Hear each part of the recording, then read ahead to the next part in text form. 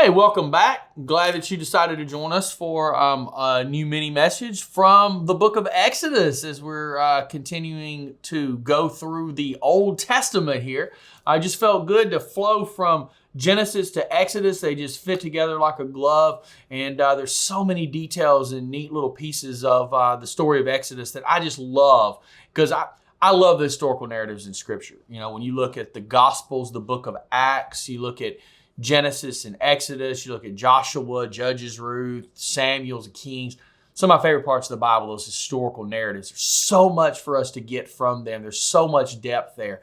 And so today in chapter 1, I want to look at verse 12. Now looking back at verse 8, which through 11, which I talked about yesterday, dealt with the oppression, the beginning of the slavery when a new Pharaoh came to power. There was a changing of the guard of a new dynasty that didn't know anything about Joseph or the Israelites and just saw them as a threat. And so they oppressed them. And verse 12 continues this narrative. It says, "But the more the Egyptians oppressed them, the more the Israelites multiplied and spread, and the more alarmed the Egyptians became. So the Egyptians worked the people of Israel without mercy. They made their lives bitter, forcing them to mix mortar and make bricks and do all the work of the fields. They were ruthless in their demands." So the more they were oppressed, the more they multiplied and spread. And to understand, this is God's will for Israel here, is for them to multiply. God has taken them during their time in Egypt from a clan, right? A family group to a mighty nation.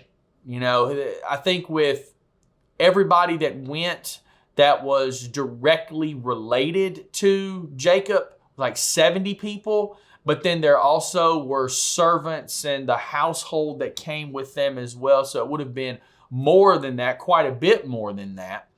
But this group begins to multiply. And no matter how they're being oppressed, no matter what's happening, see, God's plan can't be overcome by man. I think that is the moral of the story for these specific verses. The Israelites the Egyptians wanted to do everything they could to push down the Israelites, to push the Jews down, to limit their numbers, to oppress them, to destroy them. Didn't work. They just continued. It was almost like Egypt was, one scholar put it like this: Egypt was the womb in which the nation of Israel was born. And one of the reasons behind that we don't think about a lot is Egypt was very, very racially biased. If you weren't Egyptian, you weren't good enough. So this goes back, we've talked about that with Joseph even some, in the role that he played, that the Egyptians wouldn't even eat dinner with him, even though who he was within the Egyptian hierarchy. So they weren't going to have anything to do with them. There wasn't going to be intermarriage. There wasn't going to be this muddying of the waters with blending the Egyptian people with the Jewish people. And because of the paganism that will come in, that's the reason, really the only reason, is that you would have a blending of the Egyptian culture in worship with the worship of God. And God didn't want that. And so that's one reason why he put them in Egypt. And this oppression is difficult. It's tough on them. But it's all part of God's plan to bring this nation to where they needed to be. And so God protected them from so many things. And now he's preparing them to leave. And he made it hard on them so they would be ready to leave. Egypt had been very comfortable for the nation of Israel for a long time.